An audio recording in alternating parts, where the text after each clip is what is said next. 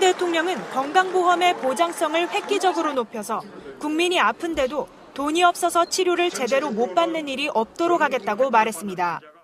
2022년까지 국민 모두가 의료비 걱정에서 자유로운 나라, 어떤 질병도 안심하고 치료받을 수 있는 나라를 만들어 가겠습니다. 무엇보다 건강보험이 적용되지 않는 비급여 항목을 대폭 줄이기로 했습니다. 미용, 성형과 같이 명백하게 보험 대상에서 제외할 것 이외에는 모두 건강보험을 적용하겠다는 겁니다.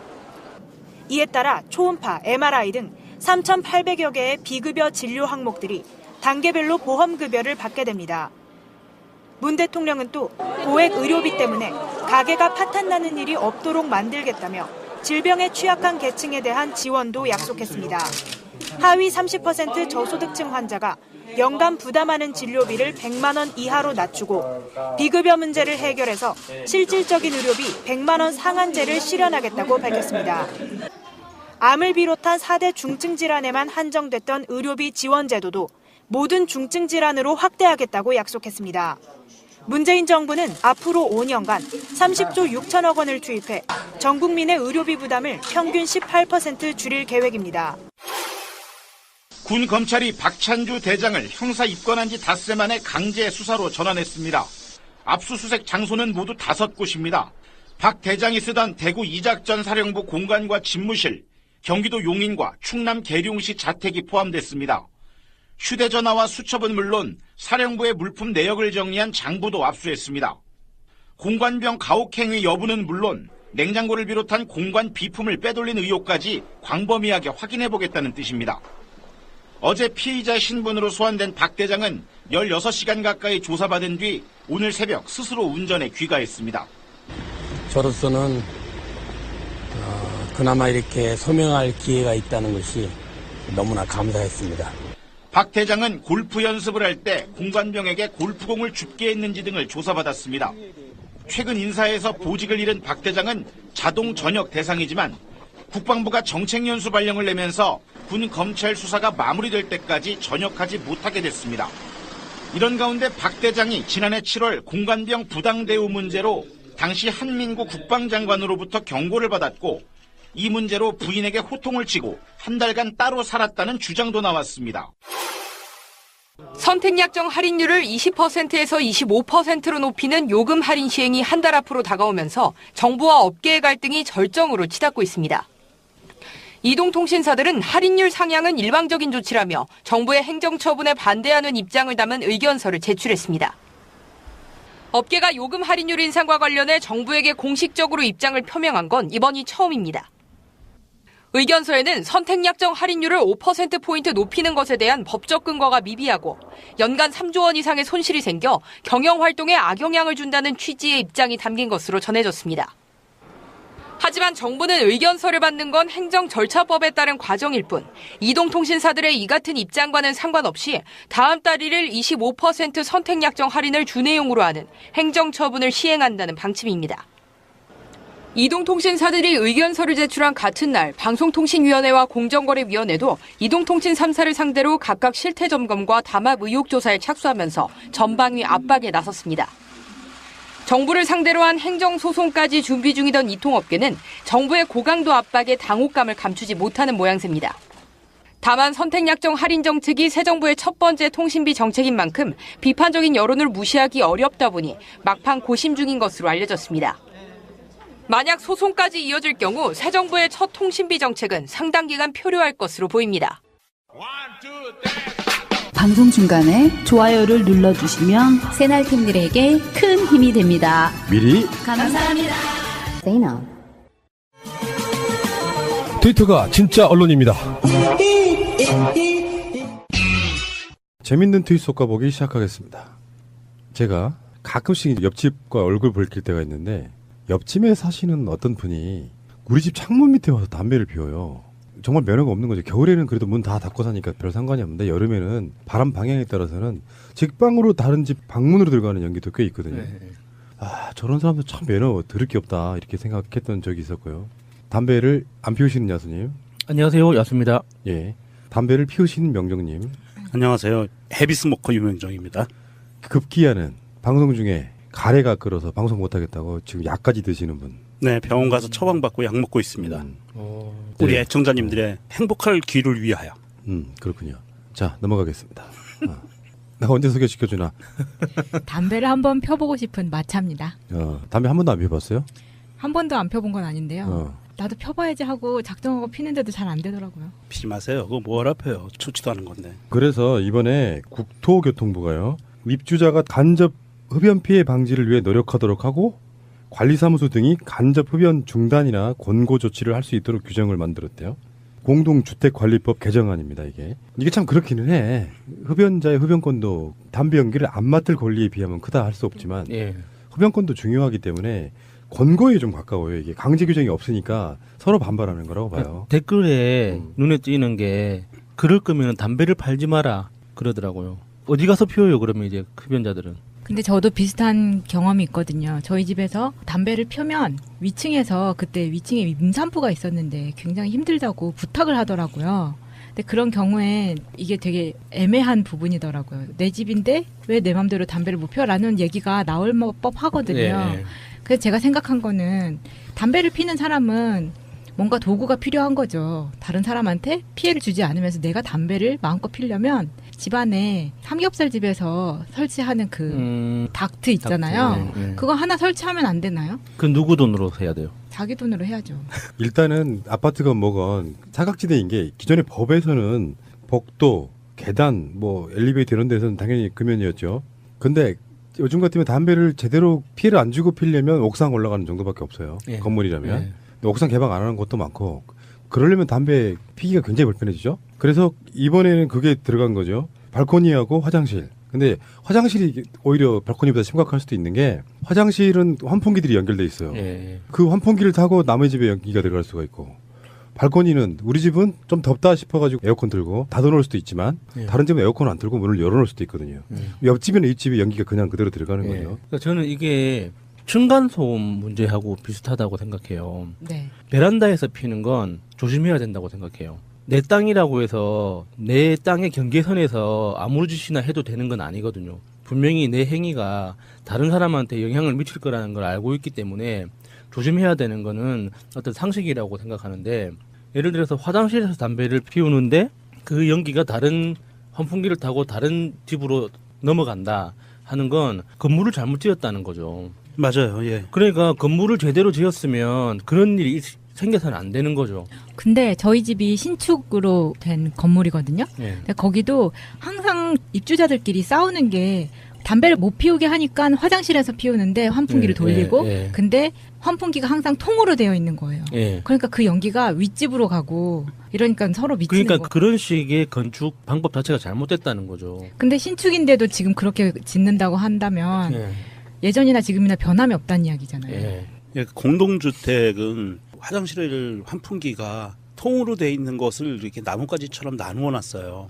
그래서 이것이 하수도처럼 하나의 하수도가 쭉 가서 본관에 연결되는 스타일이 아니고요. 공동주택의 그 환풍기는 각각이 거미줄처럼 이렇게 다 연결이 돼 버려요. 그래서 내가 화장실에서 환풍기를 틀고 담배를 피우면 내 화장실에 있는 담배 연기 냄새는 이 환풍기가 빨아들이는데 빨아들인 거를 외부로 쭉 끌고 나가는 게 아니라 그 관 안에 그냥 집어넣어 놓는 거예요. 그 무슨 말씀이냐면 본관에서 원래 본 큰 관에서 환풍기가 돌려서 뽑아서 밖으로 배출하는 형식이면 괜찮은데 그게 아니고 각각의 화장실에서 나오는 냄새만 그냥 관 안으로 밀어 넣어 버립니다. 그러니까 이게 다른 집으로 가버리는 거예요. 그러니까 제 말씀이 그런 거예요. 예. 그 베란다에서 담배를 피웠을 때 내가 타인한테 피해를 줄 수 있다라는 거는 피우는 사람이 알잖아요. 그래서 조심할 수가 있는데 화장실 안에서까지 그 다른 건축 구조나 설계상의 특징을 생각하고 행동해야 된다는 건 너무 과도하게 요구하는 게 아닌가 싶어요. 그 부분은 건축법을 바꿔서 제도 개선을 좀 해야 될 것 같고요. 화장실의 환풍기 문제는 담배 냄새뿐이 아니고 그거는 이제 여러 가지 다른 냄새들이 어차피 공유된다. 다른 집에. 그런 부분들이고요. 사실 이게 흡연권이냐 혐연권이냐 층간 흡연이라고 요즘 또 말이 나오고 하는데 굉장히 좀 설왕설래하고 있고요. 대부분의 언론이나 트위터의 대체적인 의견들은 담배를 피우면 안 된다 공동주택에서라고 기조가 흘러가고 있어요. 대부분 그렇죠. 상식적으로 예. 생각해도 이제 보통 좀 상당히 보수적이신 분들이 그런 얘기하죠. 내 집에서 내 맘대로 담배 대고 피우냐고 그런 분들이 있죠 가끔씩. 그거는 또 일리 있는 말이에요. 내 집에서 내가 담배도 못 피우냐? 그러면 그 사람들 어디 가서 피우라는 거예요. 왜냐하면 지금 현재 대한민국에는 공동주택 관리하는 게 아파트 단지별로 금연지역으로 설정할 수가 있어요. 아파트 단지를. 그래서 현관문 밖에 나가서도 담배를 못 피게 돼 있어요. 내 집에서 내가 담배를 못 피우냐 이런 좀 개념이 달라야 된다고 생각하는 게 내 집에서 내가 벗고 있는 거 요것도 창문을 열어놓고 벗고 있어서 사람들이 자연스럽게 볼 수 있게 됐다. 요것도 본인의 문제가 분명히 있다고 보거든요. 한국적 문화가 더불어 살아가는 거에 대한 마인드가 좀 부족하잖아요. 앞으로 입고 있겠습니다. 어디 사세요? 상상했어. 왜 그 오선가 하는 위인전 이런 거 보면 우리 집에 나무가 다른 집으로 넘어가서 이렇게 감이 열리잖아요. 네. 그런 좋은 거는 해도 돼. 그래서 그 감을 따가는데 이것은 우리 집으로 들어와 있으니 우리 것이다 이렇게 우기는 거를 이항복인가? 이한음인가 정확히 모르겠습니다만 어린이 때 들어가서 그걸 따지고 그걸 항복을 받아오는 뭐 이런 뭐 위인전에 나오는 이야기가 있는 것처럼 근데 소음, 냄새 이런 것들은 공동의 공간이라는 개념이 있어야죠. 이게 참 어려운 부분이에요. 왜냐하면 지금 이게 담배로 국한시켜서 그런데 담배가 아니라 다른 예를 들어볼게요. 간고등어 구워 먹었어요. 아파트 중간에서. 그럼 그 냄새가 비린 냄새를 싫어하는 사람, 생선 냄새를 싫어하는 사람들이 있는 데까지 퍼지는 거는 규제를 해야 될까요? 말아야 될까요? 참 어려워진다. 어려워요. 이거 굉장히 어려운 문제고요. 그럼 이제 삼겹살 숯불구이로 넘어가 볼까요? 이게 왜 이렇게 어렵냐 하면 사실은 이제 이게 JTBC 팩트체크에서 방송에서 한번 나왔어요. 그러면서 미국의 예를 들면서 입법도 가능하다. 그리고 대한민국 대법원 판례도 흡연권에 비해서 생명권이 포함되어 있는 혐의권을 우선해서 판결을 내리는 이런 추세는 있어요. 그리고 미국에서는 이걸 규제하고 있다. 캘리포니아에서도 이런 식으로 지금 그 팩트 체크를 했는데 그 팩트 체크를 제가 한번 반박을 좀 해보려고 그래요. 그 JTBC에서도 참 기본을 잘못 잡고 있는 게 그건 맞습니다. 그 팩트는 맞아요. 그렇게 해서 법 추세가 미국에서 보면 공동주택에서 담배를 피우는 것을 금지하는 법 체계로 일부 가고 있는 거는 맞거든요. 그런데 통계를 좀 봐야 돼요. 대한민국은 2015년 기준으로 보면은요. 대한민국은 그 공동주택 비율이 74.5%예요. 그리고 미국은 3몇 %입니다. 공동주택 비율이. 대부분이 다 단독주택이라는 얘기예요. 그런 나라와 우리나라를 비교해서 미국이 이렇게 가고 있으니까 우리나라도 가야 돼라고 얘기하는 거는 문제가 좀 있고요. 오히려 그렇게 얘기할 게 아니고 우리나라는 75%가 공동주택에 살고 있는데 그러면 공동주택에 대한 법률 자체를 아까 야수님이 얘기한 것처럼 건축법이라든지 이런 전반적인 거를 손을 대서 사생활을 충분히 보호해 줄 수 있는 시스템을 먼저 만들어야 된다. 사람들한테 하지마 그러고 정부에서 담배를 파는 거는 굉장히 비도덕적인 거예요. 만약에 국토교통부에서 이 법안을 낸 게 권고사항에서 그쳤기에 다행이지 이거를 강제하는 법으로 안 되라고 강제하는 사항으로 갔다고 하면 이것도 굉장히 큰 대목권이에요. 위험합니다. 흡연자 입장에서. 뭐 흡연 권인의 그 권리가 타인의 권리를 침해하면 권리가 되기가 좀 어렵죠. 애매모호한 공간들이 분명히 있네요. 아까 그 고등어 냄새라든지. 내가 그런 집 알아요. 매번 청국장 해 드시는 분 있는데 거기까지는 상대방의 건강을 해친다고 보긴 좀 어렵잖아. 근데 애매모호한 게 뭐냐면 그 스트레스를 받아가지고 어떤 정신적인 어떤 데미지를 입는다고 해도 그것도 저는 피해를 주는 거라고 보거든요. 그러니까 흡연 권이라는 말 자체는 사실 전 존재할 수 없다고 생각합니다. 담배 피는 사람이지만 남한테 전혀 피해를 주지 않는 건 사실 불가능해요. 담배는. 왜냐? 최민희 의원 방송에도 그런 얘기 나오잖아요. 아르곤이라는 것이 사람 몸에 나와서 그 숨결을 공유한다 그랬잖아. 네. 어차피 담배 연기라고 하는 건 공중에 날리면 공기가 그만큼 오염되는 겁니다. 엄밀히 따지면 그렇다는 거지. 옥상 올라가 피우나 다 똑같은 건데.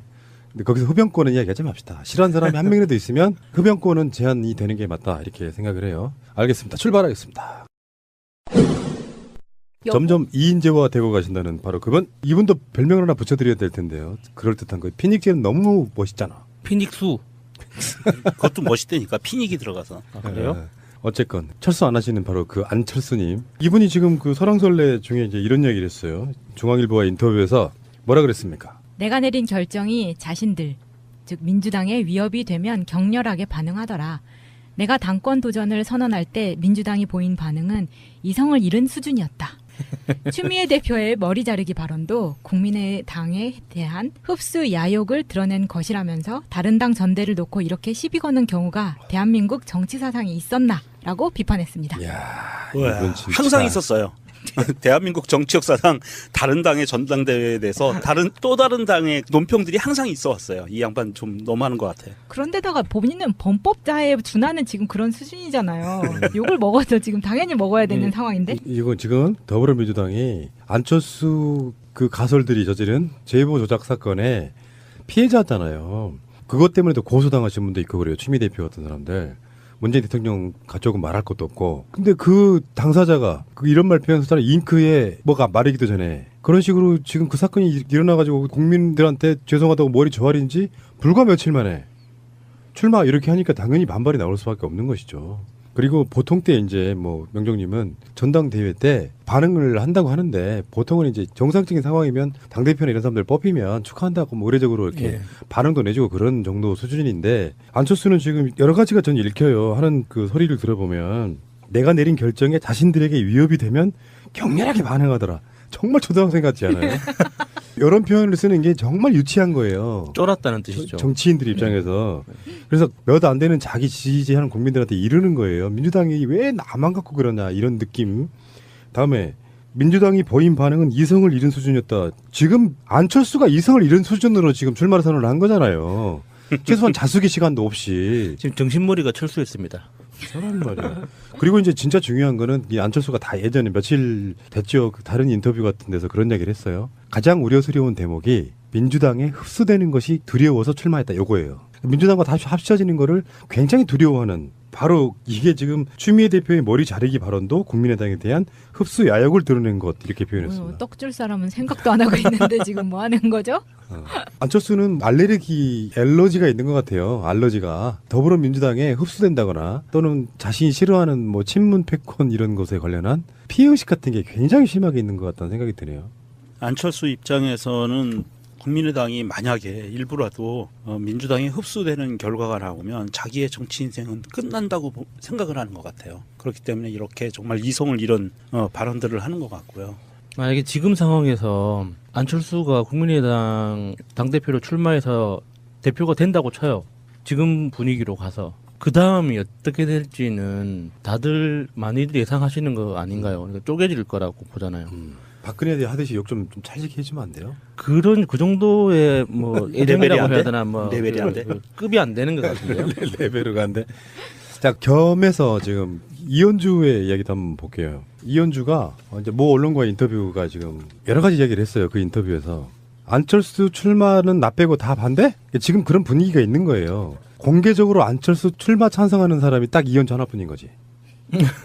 그러니까 지금 현재 국민의당 내에서 안철수 개든 아니든 이건 비상식적이라고 생각하는 국회의원들이 너무 많다 보니까 안철수 출마 찬성하는 사람이 없는 거예요. 공개적으로 찬성 발언한 사람이 없는 거야. 예. 유일하게 이현주만 지금 찬성 발언하고 있는 거예요. 예. 그래서 지금 아니다. 표현 안 하지만 출마를 찬성하는 사람들이 있다. 이렇게 표현했고요. 제가 이현주 의원이 인터뷰했던 인터뷰 기사, 녹취로 풀어낸 기사를 처음부터 끝까지 꼼꼼하게 읽어보려고 굉장히 노력했는데 못 읽었습니다. 결국에는. 왜요? 중언부언 너무 이렇게 말이 안 되는 비문이라고 하죠.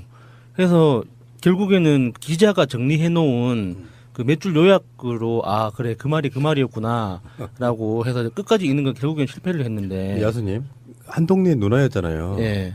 혹시 이분한테 무슨 프로포즈했다가 체인 적 있어요? 이렇게 감정적이에요? 아니, 감정적인 게 아니고 그 나이 차이가 좀 있기 때문에 같이 학교를 다닌 적은 없어요.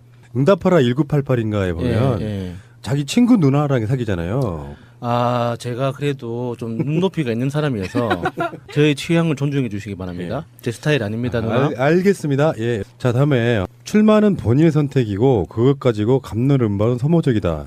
아니 그건 누구나 이야기할 수 있는 이야기잖아요. 그런데 들자리 날자리라는 게 있다고.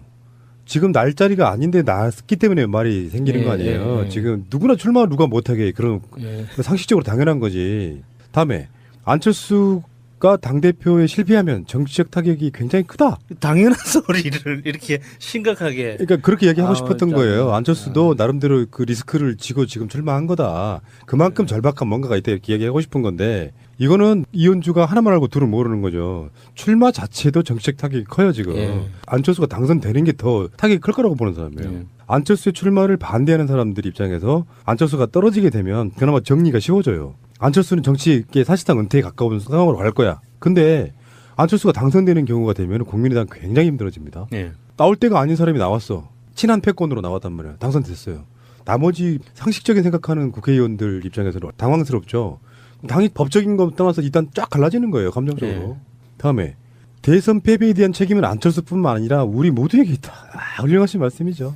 그 다음 줄이 더 충격적이었어요. 저는 대선 패배에 대한 책임은 안철수뿐 아니라 우리 모두에게 있다고 해놓고 대선 패배 책임은 누구에게 있는지 아직 정리가 안 된 상태다. 이것이 중원부. 이뭐 개쩍 맞은 소리야 이게. 위에가 있는 게 횡설, 그다음 밑에가 있는 게 수설이죠. 그러니까 이거를 공중파를 타고 심각하게 이런 이야기를 했다는 것 자체가 너무 부끄러워요. 본인이 정리가 안 된 상태인데. 예. 근데 모두에게 책임 있는 건 맞죠. 당원들 입장에서 보면. 국민의당이라고 하는 예. 당 전체로 보면. 예. 그렇지만 그중에 가장 큰 책임은 안철수에게 있다. 이렇게 정리가 돼야죠. 후보가 못 났으니까지. 예. 어떻게 보면. 그래도 다행인 거는 대선 패배의 책임은 국민에게 있다라고 이야기 안 한 게 얼마나 다행인지 모르겠어요. 여기 우리 모두가 국민 말하는 거 아니에요? 아, 그건 국민의당이겠죠. 뭐. 그러니까 국민의당의 그 국민 말하는 거 아니에요? 아니야. 내가 지금 저 말씀 듣고 보니까 이현주가 우리한테 한 소리네. 우리가 안 찍어줘서 떨어진 거라는 이야기잖아요. 우리 모두에게 있어. 우리 국민 모두에게 있어. 우리 국민 80%에게 있는 거야. 난 그걸 그렇게 콕 집어서 얘기할까봐 사실은 저 인간들 이 얘기하면 어떡하지 그런 생각을 했었거든요. 아무리 적이라도요. 논리로 무장하면 사실 까기가 좀 힘든데 예. 이현주가 이런 거라서 까기가 우리 재밌는 거예요. 뭔가 너무 허술해. 서울대 나온 변호사 출신이 아닌 것 같다는 느낌 들고요. 다음에 안철수가 당대표 되면 탈당 너씨? 그러나 그 가능성은 높지 않다 이렇게 얘기를 했는데 그건 맞을 것 같아요. 이건 맞는 것 같아요. 왜 그러냐면은 당 하나 새로 만들어 나가는 게 굉장히 힘든 일이에요. 총대 미야 되는 사람도 있고 안철수도 내가 봤을 때 자금력 같은 게 없다면 저는 불가능하다고 봐요. 그래도 기본적으로 비례의원들은 비례의원이 지금 12명인가 13명이라고 들었습니다. 13명인데 13명을 제외한 나머지 한 20여 명 정도 되는 분들은 다 그 전라도 기반의 그렇죠. 지역 의원들이잖아요. 그러니까 굳이 창당을 할 필요가 없는 거예요. 일단 무소속 상태로만 지내도 어느 정도 자기가 관전할 수 있는 여유 시간을 버는 형태로 갈 수도 있는 거거든요. 그래서 시간을 가지고 민주당 쪽하고 계속 협상을 할 수 있는 시간을 벌 수도 있는 건데 탈당 가능성은 굉장히 높다고 봅니다. 안철수가 만약에 정말 당대표가 돼버리면 정말 그 너무 부끄럽고 황당하고 앞으로 자기들이 정치를 해나갈 때 이 국민의당이라는 간판으로 계속 정치를 할 수 있을까 걱정을 할 거거든요. 내가 생각했을 때는 탈당이 쉽지 않다고 말씀드리는 이유는 탈당까지는 가능성이 있을 수도 있는데 새로 창당하는 게 힘들다는 이야기 하는 거예요. 그 구심점이 확실하게 있어야 되고요.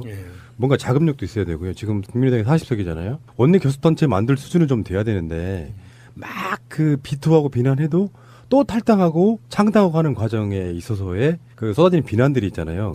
배신 뭐 여기 이야기하는 것처럼 그 정치적 풍토에서 탈당하기보다는 이번에 동교동계 그 노인분들이 이분들이 우리가 나갈 거야 하다가 아니지. 출당시켜버린다. 안철수 내보내면 되지. 이렇게 스탠스가 바뀌는 이유는 당 하나를 새롭게 만들고 하는 과정은 굉장히 어렵다. 그래서 안철수가 승부사로 인정받는 그 나름대로의 이유 중에 하나가 이런 거였어요. 당시에 새정치민주연합을 탈당해 나갈 수 있었다는 이런 거라고 좀 보는데 뭐 더 빡치게 하면 모르죠. 나중에 상황이 바뀔 수는 있겠지만 실제로 이현주 말이 반 정도는 맞을 거라고 저는 봐요. 당장 창당하기는 굉장히 힘들다고 보는 것이고 이 부분에서 이제 지금 더불어민주당에서도 이미 조직이 완성되어 있는 상태잖아요. 호남권에.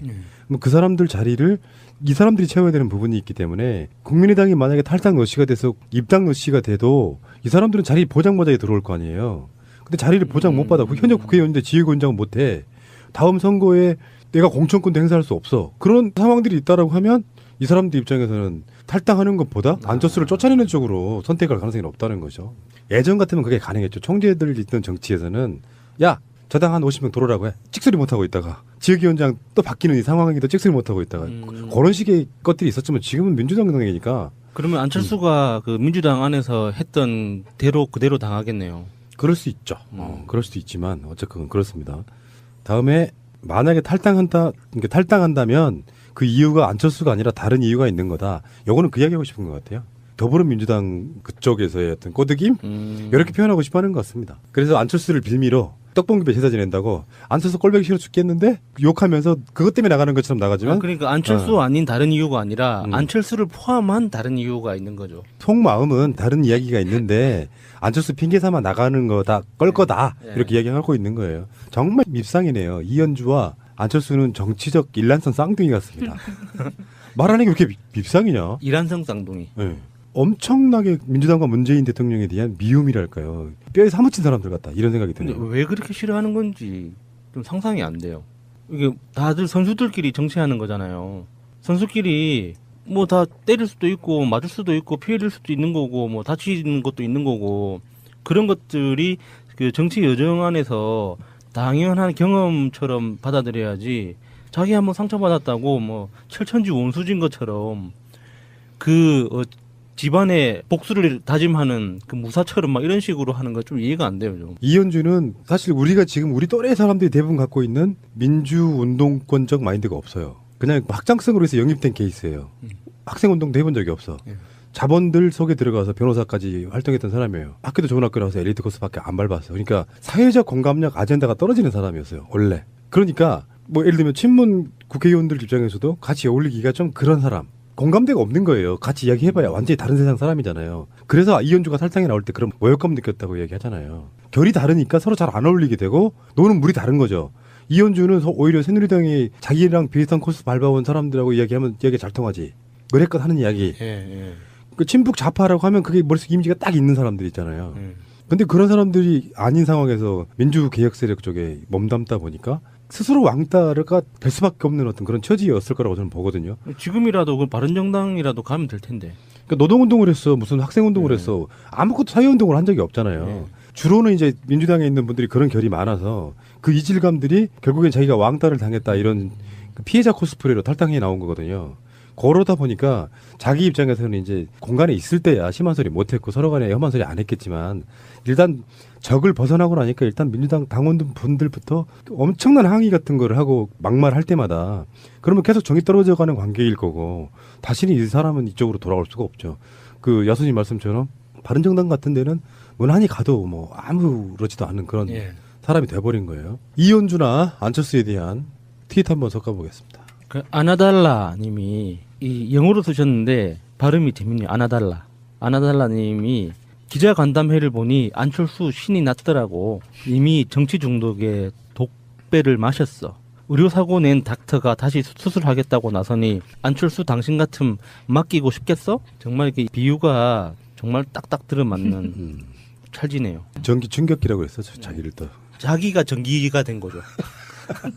그러니까 누군가 전기 충격기를 대면 전기가 나와야지 충격이 가는 거잖아요. 그러니까 자기 스스로가 전기로 화한 거죠. 탈원전 해야 되는데. 재생에너지로. 네, 전기 남아 돌고 있어요. 정청래와 더불어민주당님의 트윗입니다. 만만한 게 정청래지? 요즘 안철수 속생각. 안철수입니다. 제가 나오니 시끄럽습니다. 시끄러우니까 제보 조작 사건 묻혔지 않습니까? 이런 게 안철수 효과입니다. 제가 나오니 국민의당 뉴스 많이 나오지 않습니까? 저 말고 카메라 따라다니는 사람 있습니까? 이런 게 안철수 효과입니다. 저는 곱니다. 역시 센스쟁이 정청래. 그 최근에 연예계에서 낸시랭이 또 한번 사고를 쳤거든요. 그 같이 술 마시던 여자 연예인이 자기가 원하지 않는 사진을 찍었다고 몰래 사진을 찍었다고 경찰에 고발을 했다가 고발 취하를 하는 바람에 그냥 소지 있는 그런 사건이 있었는데 그걸 보면서 사람들이 낸시랭의 관심병이 더 졌다 이런 이야기를 했었거든요. 그래서 저는 이 안철수 의원이 민주당이 이성을 잃은 반응을 보였다 이런 인터뷰를 했다는 기사를 보고 순간적으로 낸시랭이 딱 생각이 났어요. 왜 이렇게 사람들의 주목을 그러니까 시선을 놓치지 않으려고 애를 쓰는 걸까? 단 한순간이라도 사람들의 시야에서 벗어나서 좀 편하게 살 수는 없을까라는. 그래서 아까 그 아나달라님이 독배를 마셨다고 했잖아요. 그 독배가 그 중독인 것 같아요. 다른 사람들이 언론의 그 조명을 받고 기자들이 따라다니고 하는 이런 상황들에 대해서 그러니까 자기가 그냥 정치를 하는 게 아니라 그 상황을 정치로 받아들이는 거죠. 전문 용어로 관종이라고 하나요? 관종, 예. 새로운 종족이죠. 일요신문의 트윗을 소개해드리겠습니다. 일요신문의 기사를 링크하면서 이렇게 올렸네요. 친한계 이현주 의원이 친한 안철수 의원을 위해 친안 발언을 했습니다. 이렇게 올렸네요. 일종의 그 아재 개그 같은 건가요? 그런 것 같아요. 거의 일요신문 이 트위터 담당자가 제 수준인 것 같은데요. 그 아재 개그를 생각하면 그 이명박 그 박근혜 시절에 그 국정원이 민간인 사찰했잖아요. 네. 아재 개그 사찰이 필요하다고 생각합니다. 잡아가라. 이런 방송을 해보면서 느낀 건데 그런 거였어요. 아까 좀 전에도 제가 그런 비슷한 이야기 했지만 좋은 대학 나와서 좋은 직장 다니다가 정치하는 사람들 다는 아닐 거예요. 근데 일부는 거의 엘리트 의식이 정치랄까 국민들 속 마음속의 현상이랄까 이런 거 본질을 보지를 못해요. 겉으로 드러난 겉멋이라고 하잖아요. 그런 것들이 너무 많이 몸에 배어있는 사람, 대표적인 사람 안철수라고 보고요. 그 비슷한 결이 바로 이현주 아니겠습니까? 안철수도 이현주도 학교 동문인 거지. 그들만이 갖고 있는 그들 나름대로의 그 전혀 공감력 없는 행위들이 욕을 쳐 드시고 계시는 거죠. 자, 넘어가겠습니다. 자, 두 번째 키워드입니다. 두 번째 키워드는 가습기 살균제 피해자. 가습기 살균제 피해자분들 어제 청와대 피해자분들을 초대해서 간담회 비슷한 걸 하셨는데요. 이 피해자들은 굉장히 많습니다. 여러 가지 매체들 중에 사실상 우리가 최초로 가습기 피해자분들 예. 인터뷰를 했어요. 그거에 대해서 지적하고 고맙다고 하시는 분들이 많이 계시더라고요. 근데 그분들이 사실상 6년 동안의 투쟁 끝에 대통령으로부터 정부를 대표해서 사과를 받아낸 거죠. 박근혜 같은 사람들은 그런 사과를 할 수 있는 마인드는 아닐 거예요. 내가 뭐 내 손으로 한 것도 내 손으로 죽인 것도 아닌데 내가 왜 이런 거잖아요. 이게 좀 비슷한 결로 노무현 대통령이 제주도 가셔갖고 제주도에서 4.3 학살에 대한 사과를 했죠. 이런 거예요. 이런 마인드. 뭐라 그랬습니까? 그간 정부가 가습기 살균제 피해를 예방하지 못했음은 물론 피해 발생 후에도 적극적으로 대처하지 못했다. 대통령으로서 정부를 대표해 가슴 깊이 사과의 말씀을 드린다고 하셨습니다. 예. 너무 당연한 건데 이렇게 정부가 책임지는 모습을 보여주는 것 자체가 너무 당연한 건데 이게 이렇게까지 오래 걸릴 일이 아니잖아요. 그리고 가습기 살균제 피해가 발생했던 그 배경들을 봤을 때 기업과 그 정부 행정부가 어떻게 결탁되어 있는지도 굉장히 심각하게 드러나는 문제들이어서 정부 수장으로서 이렇게 책임감 있는 모습을 보여주는 게 당연한 건데도 불구하고 이제야 이 사과를 받는 그 가족들도 이제 와서 무슨 위로가 되겠습니까마는 그래도 그 가족들이 그 추가적으로 요구하는 것도 다른 차원인 거잖아요. 이런 일이 더 발생하지 않도록 뭔가 다른 조치를 취해달라는 거기 때문에 변화가 있을 거라고 생각합니다. 근데 이게 가습기 살균제 이야기 다시 돌아가 보면은 가습기 살균제 피해자들 대부분 굉장히 많은 사람들이 어린 아이들이었어요. 예. 아기를 낳고 가습기를 들어주고 균이 있다고 하니 살균하겠다는 의미에서 가습기 살균제를 보충해서 가습기에다가 집어넣었단 말이에요. 근데 알고 봤더니 그게 폐를 상하게 하는 치명적인 독이었단 말이에요. 어린아이들한테는. 폐가 굳어버리는 거예요. 석화 딱딱하게 굳어갖고 폐의 기능을 못하게 되죠. 그러니까 어제 문재인 대통령 옆에 앉았던 임성준 군은 아예 뒤에 의자 뒤에 산소 호흡기 장비를 들고 와서 코에 꽂고 대화를 하는 것이거든요. 평생 그렇게 살아야 됩니다. 아예 어렸을 때 죽은 아이들도 많고요. 어른들 중에서 폐가 약하신 분들은 상당한 피해를 입으셨고요. 그리고 그 당시에 어린아이였던 친구들이 갑자기 폐가 굳어가면서 숨을 못 쉬는 상태가 되고 사실은 돌아가신 분들이 훨씬 많은 사건이에요.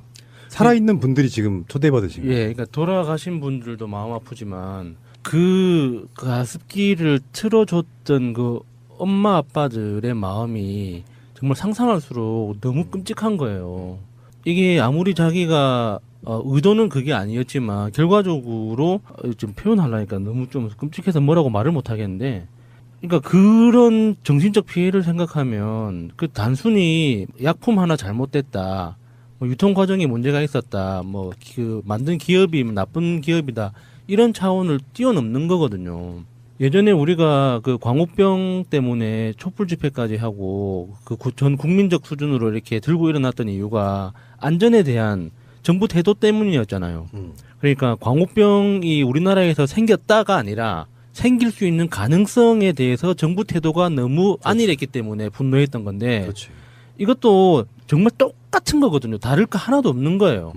그런데 예를 들어서 가습기 살균제 피해자들이 한 날 한시 한 곳에서 같이 죽었으면 우리가 다 분노했겠죠. 촛불 집회를 할 만큼 분노했겠죠.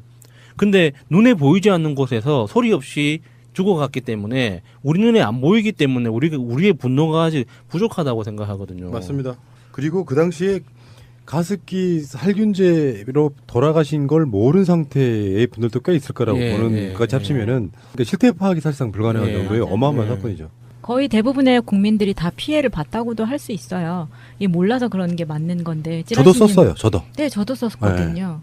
저 같은 경우에는 회사에 일부러 제가 신청을 해가지고 이런 게 나왔으니까 우리 이거 사달라 해가지고 특히 제 자리는 제가 또 욕심 부려가지고 가습기를 3대를 설치해가지고 세대로 빵빵하게 틀면서 있었거든요.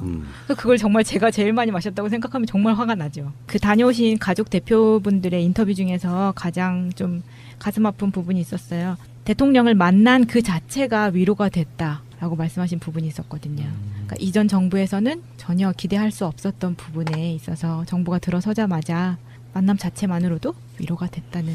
그 일을 주로 하고 다니신 주도하신 대표님 있어요. 네.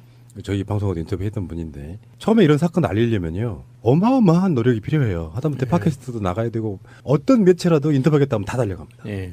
영국 옥시 본사에 뭐 들락날락하고 할 수 있는 모든 걸 다 해요. 근데 국민적 분노는 안 모아져. 세월호 사건처럼 한꺼번에 생긴 일이 아니기 때문에 한 곳에서 그러다가 정권이 바뀌고 나서 대통령이 죄송하다고 청와대를 초청해서 면담을 해요.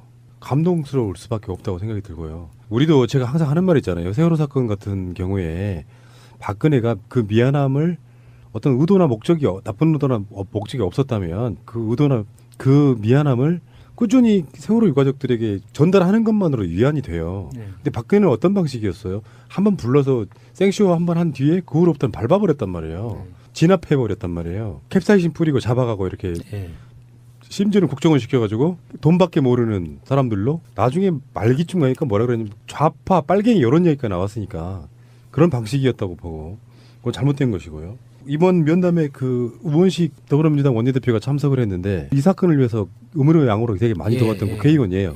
원내대표 전부터. 그래서 이제 정치권에서 도와줬던 그래서 국회에서 무슨 청문회 같은 거라도 열리게끔 여러 가지 것들을 만들어준 사람이 바로 우원식 원내대표다. 근데 이 가습기 살균제의 정확한 이 회사 이름이 뭔지 아세요? 우리 되게 어렵잖아요. 처음에 무슨 옥시, 레킷, 벤키저 뭐 이러잖아요. 제가 최근에 그 채용 시장을 좀 뒤지면서 발견을 한 건데 이게 사명이 알비코리아라는 회사로 바뀌었어요. 아, 지금 현재요? 네. 그런데 이 알비코리아를 검색을 하면 전혀 나오지가 않아요. 그래서 제가 알비코리아 사이트를 들어갔더니 이게 많이 본 브랜드들인데 이게 왜 알비코리아로 넘어갔지? 하고 찾아보니까 이 회사가 옥시, 레킷, 벤키저였던 거예요. 그런데 여전히 그러니까 이 회사 자체가 이직률이 엄청 큰 거예요. 그러니까 밖에서 봤을 때는 굉장히 다국적 브랜드를 가지고 있고 외국계 회사고 회사 자체도 지금 좋은 데에 위치를 하고 있는데도 불구하고 이직률이 높고 심지어 지금 사람을 뽑고 있는데도 압박 면접을 본다는 거예요. 저는 거기서 되게 어처구니 없었거든요. 옛날 추억의 그 유행 같은 거 아니에요? 근데 지금 굉장히 그리고 이 사이트에 들어가면 가장 맨 첫 번째에 아예 자기들이 살균제 피해자분들을 위한 배상을 제품이 보여지는 게 아니라 사과문이 가장 먼저 나오게끔 되어 있어요. 근데 이 사이트 자체는 어차피 소비자들이 가는 사이트가 아니기 때문에 얼만큼 많이들 보실지는 모르겠지만 저는 이 사명 바꾸고 나서 이런 식으로 한다는 것 자체가 되게 놀라웠었거든요. 알비코리아 한번 찾아봐야겠네요. 옥시 레빗 뭐라고요? 레킷 벤키저. 앞머리만 딴 거네요, 알비. 네. 그리고 나서 이제 대통령이 사과만 하면 되는 문제가 아니고 법적인 장치가 계속 보완이 돼야 되고요. 지금 피해 구제에도 정부가 이제 어느 정도 책임을 질 것으로 보이거든요. 지금 여러 가지 나오는 것들에 의하면은. 그리고 또 가습기 살균제 성분이요. 당시에 옥시만 썼던 것도 아니에요. 웬만한 그 대기업들이 문제가 크게 안 돼서 그렇죠. 시장 지배적 사업자였기 때문에 옥시가 지금 상징화됐는데 당시에 웬만한 마트 계열들 있잖아요. 자기들이 자체 기획 상품으로 파는 경우가 꽤 많았습니다. 뭐 L마트, 뭐 E마트. 이마트는 이니셜로 속여봐도 이마트야. 이응마트. 완전한 대한민국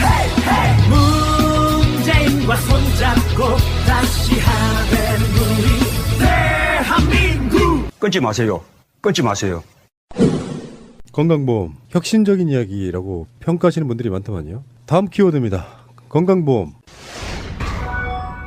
지금 문재인 대통령이 사실 그 18대 대통령 선거 때 박근혜와의 그 논쟁 중에 제 기억나는 것들이 그런 장면들이 있었어요. 그래서 내가 다 해주겠다는 거 아닙니까? 뭐 이런 식의 이야기도 있었고, 뭐 치매라든지 이런 거. 실제로 이제 복지 정책을 만들 때 박근혜 쪽이 민주당 걸 꽤 많이 베꼈어요.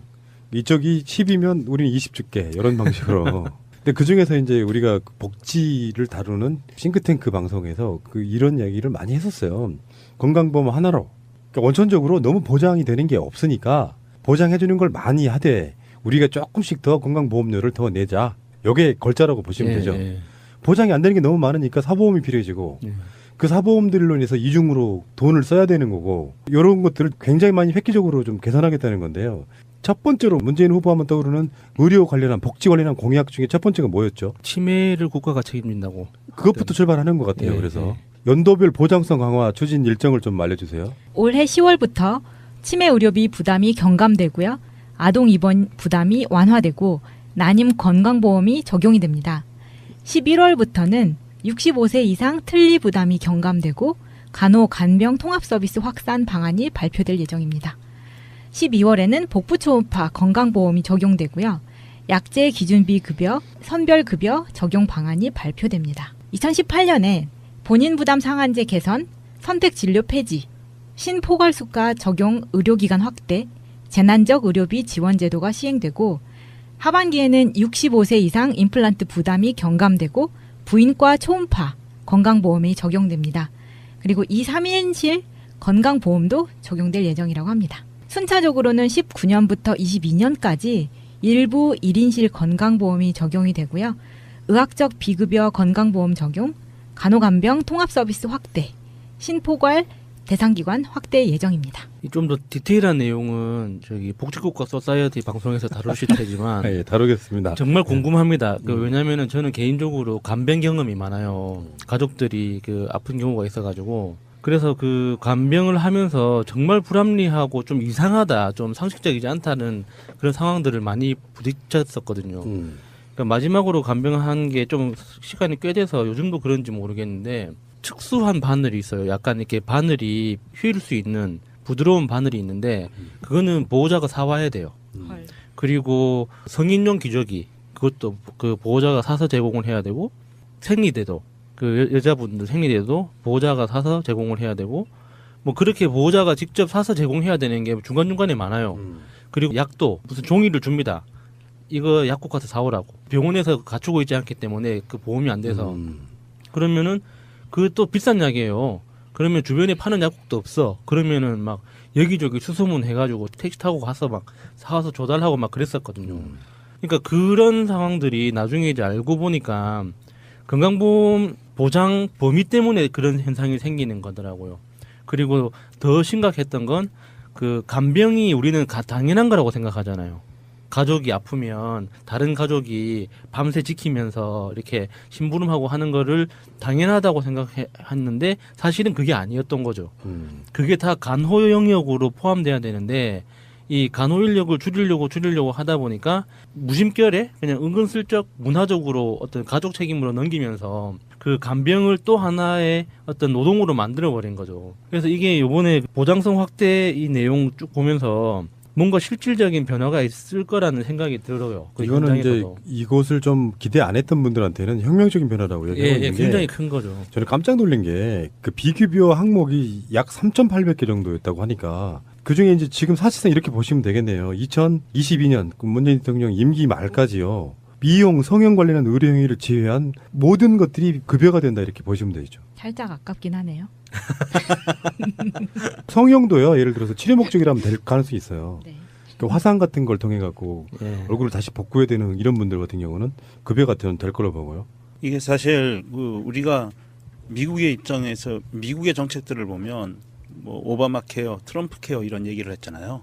사실 이거는 그거를 한 10배는 넘어서는 문재인 케어라고 불러줘야 돼요. 지금 이미 그 용어가 나오고 있어요. 문재인 케어. 예, 문재인 케어라고 불러줘야 되고 이것은 정말 트럼프가 와서 문재인 대통령한테 한 일주일 동안 좀 사사를 바꿔 가야 돼요. 미국 애들도 좀 이거 배워야 되고요. 이 복지 국가로 가는 그 가장 그 중요한 핵심이 되는 카테고리거든요. 의료비 부담을 경감을 시키고 국민들이 아플 때 돈 걱정하지 않고 치료받을 수 있다는 거 굉장히 중요한 겁니다.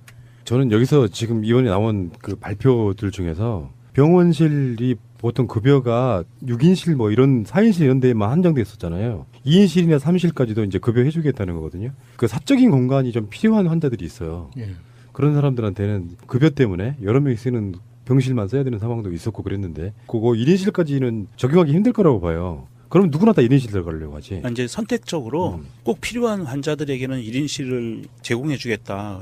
건강보험 내에서라고 얘기하는 거고요. 우리 그 이런 산모, 아이를 낳은 산모 같은 경우에 사실은 6인실 막 이런 데서 있으면 맞아요. 인권의 문제예요. 왜냐하면 산모를 그동안 그 가족들이 가서 케어를 하잖아요. 통상적으로는 친정어머니나 시어머니가 가서 케어를 하거나 언니나 여동생이 케어를 했잖아요. 아기를 낳고 있으면.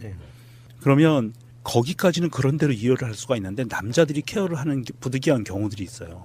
그러면 이건 굉장히 좀 심각한 인권 문제가 걸릴 수 있기 때문에 산모라든지 또 우리 가습기 피해자 이런 케이스 같은 경우에 1인실로 그 케이스 바이 케이스대로 해서 일부는 1인실을 적용을 해주겠다라는 그런 정책 발표고요. 네, 앞으로 저희들이 좀 주의해서 봐야 될 게 의료보험 급여를 불법적으로 타냈다는 어떤 그런 비리에 대한 기사나 안 그러면은 의료보험 보장 영역이 확대되면서 간호인력이 부족해져서 갑자기 그 의료 수요가 이렇게 급증한 바람에 그 의료의 질이 떨어졌다라든지 어쨌거나 하여튼 지금 현재의 의료 현실이 더 열악해졌다라는 투의 기사들이 막 이게 넘쳐날 수가 있어요.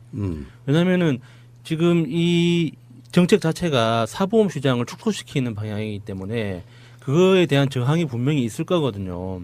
그래서 앞으로 그런 기사가 나오더라도 놀라지 않았으면 한다는 바람입니다. 바로 그거예요. 꼭 이런 기사 뒤에 보수 신문들이 그런데 재원은 이렇게 나온단 말이에요. 걱정하지 않아도 됩니다. 어느 정도까지 만들어진다는 계산 하에 만들어진 정책이에요. 그러니까 조세 저항을 위해서 이렇게 또 다른 프레임 하나 뒤에 더 씌우는 거예요. 국가의 궁극적인 방향은 국민들이 잘 살게 해주는 거잖아요. 그리고 요건 이런 거 있어요. 건강보험 하나로가 이제 제가 그 방송을 해본 사람이기 때문에 오랜 시간 동안 이야기를 들었잖아요. 우리들도 부담이 조금 늘어나기는 해요. 예전에 그때 대선 때 그런 얘기 나왔었잖아요. 연간 건강보험료 100만 원이면 모든 걸 다 해주는 시스템으로 가야 된다. 원래는. 딱 그 상한선을 정해놓고 암이든 뭐든 우리가 제일 아이러니한 게 그거 아니에요? 가장 심각한 병이 암인데 암보험 따로 들어야 되잖아요. 그런 것들이 이제 상당히 획기적으로 개선이 될 것 같고요. 그리고 또 뭐 더 획기적인 것도 있다면서요. 간병인이 필요 없는 간호 간병 통합 서비스 제공인 병상을 현재 23,460개에서 2022년까지 10만 개로 확대해서 환자 가족들의 간병비 부담도 덜겠다는 방침입니다. 예. 고가의 비급여 항암제의 경우에는 사회적 요구가 높을 경우에 한해 급여화해서 환자 본인 부담률을 30에서 90% 수준으로 낮춰줄 계획입니다. 예. 간병 서비스가 현대에서는 굉장히 중요한 부분이 됐거든요. 실제로 이제 아들, 며느리 이런 사람들이 직장에 꼭 안 가더라도 아이들 케어에 뭔 해갖고 손이 부족하시잖아요. 간병을 해야 되는 상황이 되면 본인이 간병을 할 수가 없는 경우에는 간병인을 쓰는데 요걸 없애겠다는 거죠. 간병인이 아예 제공되는 병상. 사실 그 환자 옆에 간병인 침대가 있다는 것 자체가 말이 안 돼요. 간병인이 지금 거의 24시간 케어하면서 누군가 하나는 붙어 있어야 되잖아요. 그러면서 사실은 가족이 힘들어지는 게 급속화되는 거거든요. 누구 하나는 직장을 그만두거나 심지어는 그렇게까지 해서 간병을 하는 경우를 많이 봤기 때문에 병원에 장기간 이제 간병을 하다 보면 여러 가지 정말 천태만상을 볼 수가 있는데 병원 안에서만 떠도는 이야기 중에 하나가 60년 부모는 있어도 6개월 자식이 없다는 말이 있거든요. 그만큼 그 육체적으로 정신적으로 경제적으로 너무 힘든 거예요. 간병한다는 행동 자체가. 그러니까 가족들끼리 돌아가면서 하는 것도 말이 안 돼. 다 고생하게 되거든요. 누군가 한 명이 덤탱이 쓰게 되는 거고 덤탱이 쓰는 그 사람은 경제적으로 취약해지고 그 취약해진 경제력을 보상하다 보면 가족 전체가 또 힘들어지고 그래서 그거를 간병인으로 대체하다 보면은 또 똑같은 비용이 나가게 되고 정말 힘들거든요. 제가 이번에 문재인 케어 이거를 발표를 보면서 이런 생각이 들었어요. 정말 박근혜라고 다르구나. 문재인 대통령이 공약을 지키려고 노력하는 게 보여요. 그래서 제가 예전부터 했던 얘기 그거잖아요. 제가 문재인 후보 18대 후보 때 반해버린 거. 우리도 좀 더 겁시다. 기초연금. 문재인 후보가 반대했다잖아요. 그렇게는 안 된다고 재원 때문에. 그래서 박근혜가 그거를 낼름 받아 처먹어가지고 민주당 안이 15만 원인가 뭐 그랬다고 그랬죠. 거기에 5만 원 더 해갖고 20만 원 모든 노인에게 주겠다 해놓고는 결국에는 온갖 거짓말로 이렇게 연금하고 연동시켜가지고 연금 20만 원 받는 분들은 아예 못 받게 그렇죠. 만드는 윗돌 빼서 아랫돌 개고 뭐 그런 이런 방식으로. 식으로. 근데 이 약속 지키려고 특히 치매부터 본인의 제1 공약부터 지키고 문재인 후보의 공약들 중에 복지 관련한 공약들 중에 이 의료 관련한 공약이 가장 디테일하고 섬세했다고 알려져 있어요. 두 번의 대통령 선거를 통해 가지고 본인이 갖고 있는 복지국가의 시작이 이 의료로부터 시작한다고 보시는 분이라고 생각이 들어요. 그러니까 얼른 지금 현재 이게 확정되는 상황이고요. 다른 신문들이나 매체들의 재원에 관련돼 있는 물음 이것에 대해서는 사실 기사를 읽지 마십시오. 딴지 걸려밖에 안 돼요. 전반적으로 보면. 재원 마련에 대한 팁은 잠깐만 좀 드리고 갈게요. 2022년까지 총 30조 6천억 원을 투입할 계획인데요. 정부에서. 현재는 20조 원 정도가 건강보험 누적 적립금으로 적립이 돼 있어요. 남아있는 게 있어요. 예. 그러면 나머지를 갖고 어떻게 할 것이냐. 10조 6천억 원은 그러면 국민들이 더 내란 얘기냐. 이렇게 나올 확률이 높아요. 기사들이. 그런 부분은 이렇게 보시면 됩니다. 문재인 대통령이 지금 펼치고 있는 정책 중에 가장 중요한 것 중에 하나가 소득주도 성장론이잖아요. 그러니까 국민 개개인이 소득을 더 높이게 해서 조금 더 편안한 삶을 살 수 있게 해주겠다. 거기에 뒷받침돼서 따라 나왔던 것이 그 시급 1만 원 이런 문제들 이런 정책들이고요. 이렇게 된다면 국민들의 소득이 전반적으로 향상이 될 거예요. 그럼 전반적으로 향상이 되면 어떤 결과가 나오냐면 원천 징수가 되는 4대 보험료 징수 금액이 높아집니다. 그 안에 건강보험료도 같이 올라가요. 이명박 박근혜 정권 동안 건강보험 누적 흑자가 20조가 넘어요. 그러니까 충분히 돈이 없어서 못할 건 아니라는 거죠. 그리고 건강보험 공단의 흑자 자체가 사실 좀 그 아이러니 같은 거거든요. 건강보험공단은 항상 그 적자 상태로 진행해야 하는 게 맞는 거예요. 그래서 이 흑자 문제가 어느 정도로 해소가 되면 재원 문제는 그렇게 큰 문제가 안 될 것 같습니다. 어찌됐건 문재인 케어 기대가 엄청 되고 진정한 의미의 복지는요. 특히 의료가 필요 없는 게 복지예요. 그만큼 건강해지면 되는 거거든. 국민들이 병에 안 걸리도록. 지금 흑자가 쌓였다는 게 그런 거잖아요. 저 같은 사람들이 의료 보험료는 내지만 병원에 거의 안 가는 것들이 쌓여진 거잖아요. 그런 거 관점에 생각해 보면 궁극적으로는 어쨌건 문재인 대통령이 공약을 지키려고 하는 모습에 어떤 단적인 면을 하나 보여준 것 같고요. 이거는 사실은 우리나라 사람들이 민감하게 정파적 갈등이 수반되는 정치 뉴스에만 굉장히 몰입하지만 이거 굉장한 어떤 혁명적인 상황이 오늘 벌어진 거예요. 그거에 대한 인식을 좀 가져주시길 바라고요. 소문 좀 많이 내주세요. 문재인 케어라고 부르면 됩니다. 트럼프가 지금 오바마 케어 없애려다가 지금 못 없앴잖아요. 방향성은 결국은 그런 거고 미국이 우리를 지금 발끝만치도 못 알아보고 있는 이런 상태라고 보시면 되겠습니다. 의료 복지에 대한 선진국으로 가고 있다. 정부의 이번 건강보험 보장성 확대의 기조는 병원비 걱정 없는 나라입니다. 일단 병원 현장에서 어떤 변화가 나타날지 구체적인 사례를 알아봤습니다. 8살 시우는 선천성 복합질환 엠마누엘 증후군 환자입니다. 척추측만증과 언어장애 등을 치료하기 위한 한 달 치료비는 약 300만 원이 넘습니다.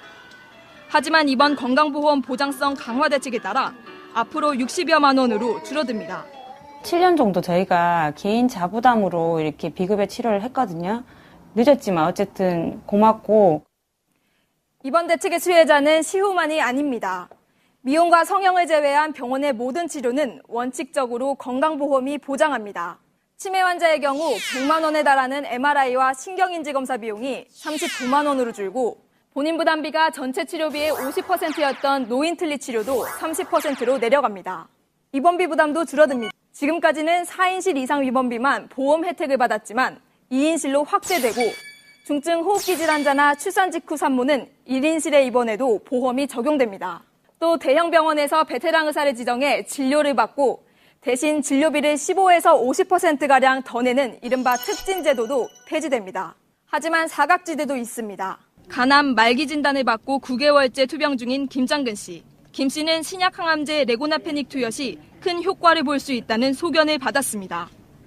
문제는 한 달에 320만 원씩 드는 약값입니다. 지구 망하게 만들 이유 있으니까 그래갖고서는 나는 우리 못하겠다고 해서 서리 거기서 그랬어요. 도가 엄청 들어가니까. 결국 치료를 포기한 김 씨는 일반 항암 치료를 받는 중입니다. 인실이나 1인실 뭐 아무리 좋으니 좋다 해도 그런 거는 좀 부담 이렇게 필요는 없고 먹는 약에 대해서 좀 혜택을 많이 줬으면 좋겠어요. 큰 틀로는 온 국민의 병원비 부담이 줄어 환영이지만 정해진 재원을 보다 효율적으로 사용해야 하지 않냐는 지적도 나옵니다.